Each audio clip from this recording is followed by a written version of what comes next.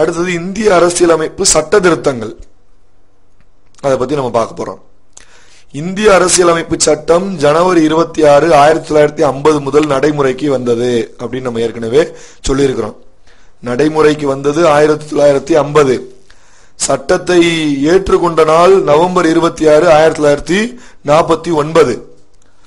முதலாவது அரசியலமைப்பு சட்ட திருத்தம், அரசியலமைப்பு சட்டம் நடைமுறைக்கு வந்தது 50. திருத்தம் செய்தது உடனே பண்ணிருக்கிறோம் 1951.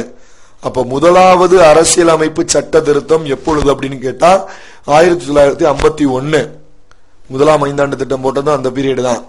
அப்ப அந்த காலகட்டத்தில் தான் நம்ம என்ன பண்ணிருக்கிறோம் அப்படின்னா முதலாவது அரசியலமைப்பை சட்டத்தை திருத்தம் செஞ்சிருக்கிறோம். காலத்தின் தேவைக்கு ஏற்ப அவ்வப்பொழுது சட்டங்களை திருத்த வேண்டிய கட்டாயம் ஆட்சி செய்யக்கூடிய ஆட்சியாளருக்கு ஏற்படுகிறது. அந்தந்த காலத்திற்கு ஏற்றவாறு. அதனால நம்ம நெகிழும்னு சொல்லியிருக்கோம்ல, நம்ம பகுதி நெகிழும் பகுதி நெகிழான்னு பார்த்தோம் சிறப்பு கூறல. அப்ப காலத்தின் தேவைக்கு ஏற்றவாறு அரசியலமைப்பில் சட்ட திருத்தங்களை செய்யலாம், அந்த ஆட்சியாளரினுடைய பொறுப்பாக அது திகழ்கிறது அப்படின்றது நம்ம இந்திய அரசியலமைப்பில் இருக்கக்கூடிய ஒரு சிறப்பு அம்சம். அப்ப முதலாவது சட்ட திருத்தம் செய்யப்பட்டது 1951.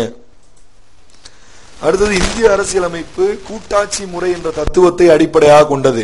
கூட்டாட்சி முறையை தான் நம்ம பின்பற்றுறோம்.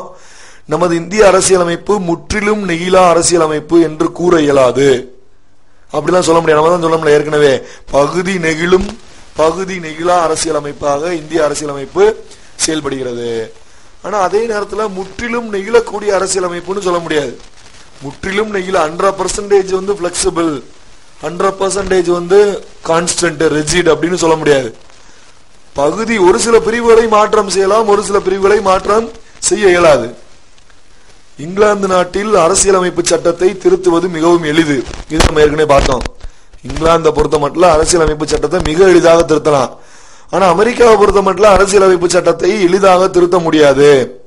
அப்ப இந்தியா ஒரு கலப்பாக இருக்கிறது.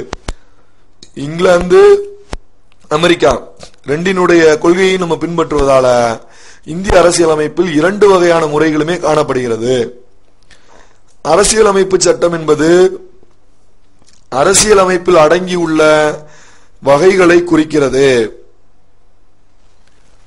சட்டமன்றத்தில் இயற்றப்படும் சட்டங்கள் சாதாரண சட்டங்கள் எனப்படுகிறது. அரசியலமைப்பு சட்டம் சாதாரண சட்டத்திலிருந்து வேறுபட்டு காணப்படுகிறது. அதாவது அரசியலமைப்பு சட்டம் என்பது அரசியலமைப்பில் அடங்கியுள்ள வகைகளை குறிக்கிறது. சட்டமன்றத்தில் இயற்றப்படக்கூடிய சட்டங்கள் சாதாரண சட்டம், மாநிலங்களில் இருக்கக்கூடிய சட்டமன்றத்தில் இயற்றக்கூடிய சட்டங்கள் சாதாரண சட்டங்கள். அரசியலமைப்பு சட்டம் சாதாரண சட்டங்களில் இருந்து வேறுபட்டு காணப்படுகிறது. அரசியலமைப்பு சட்டம் என்பது வேறுபட்டு நிற்கிறது. அது ஒரு பொதுவானது, அனைத்து மாநிலங்களுக்கும் நாடு முழுவதுக்குமே பொதுவான ஒரு அமைப்பாக திகழ்வது இந்திய அரசியலமைப்பு சட்டம். இந்திய அரசியலமைப்பின் விதிமுறைகளில் திருத்தம் கொண்டு வருவதற்கு சில சிறப்பு வழிவகைகள் வரையறுக்கப்பட்டுள்ளன. இந்திய அரசியலமைப்புல திருத்தம் கொண்டு வர்றதுக்கு ஒரு சில வழிகள் இருக்கு, சிறப்பான வழிகள் இருக்கு. அரசியலமைப்பின் சில வகைகள் நாடாளுமன்றத்தில் சாதாரண பெரும்பான்மையின் மூலமாக திருத்தப்படலாம். சாதாரண பெரும்பான்மை, சிறப்பு பெரும்பான்மைன்னு 2 இருக்கு. சாதாரண பெரும்பான்மையின் மூலமாக சில விதமான விஷயங்களை திருத்தம் செய்ய நாடாளுமன்றத்தினுடைய சாதாரண பெரும்பான்மை ரெசல்யூஷன் தீர்மானத்தின் மூலமாக ஒரு சில விஷயங்களை திருத்தலாம். மாநிலங்களில் சட்டமன்ற மேலவைகளை ஏற்படுத்துவது அல்லது நீக்குவது, இது போன்ற விஷயங்களுக்கு சாதாரண பெரும்பான்மை இருந்தா போதும். மாநிலங்களில் என்ன பண்றது, சட்டமன்ற மேலவைகளை ஏற்படுத்துவது அல்லது நீக்குவதற்கு சாதாரண பெரும்பான்மையின் மூலமாக திருத்திவிடலாம். மாநிலங்களினுடைய பெயர்களை மாற்றுவது, மாநிலங்களினுடைய எல்லையை மாற்றுவது, குடியுரிமை தொடர்பான விதிமுறைகளை மாற்றுவது ஆகிய திருத்த நடவடிக்கைகளுக்கு நாடாளுமன்றத்தினுடைய சாதாரண பெரும்பான்மை வாக்களிப்பு போதுமானது.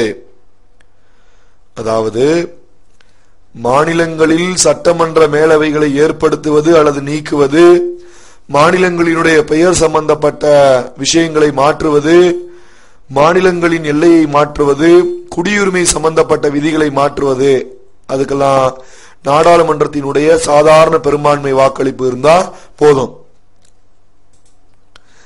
அரசியல் அமைப்பின்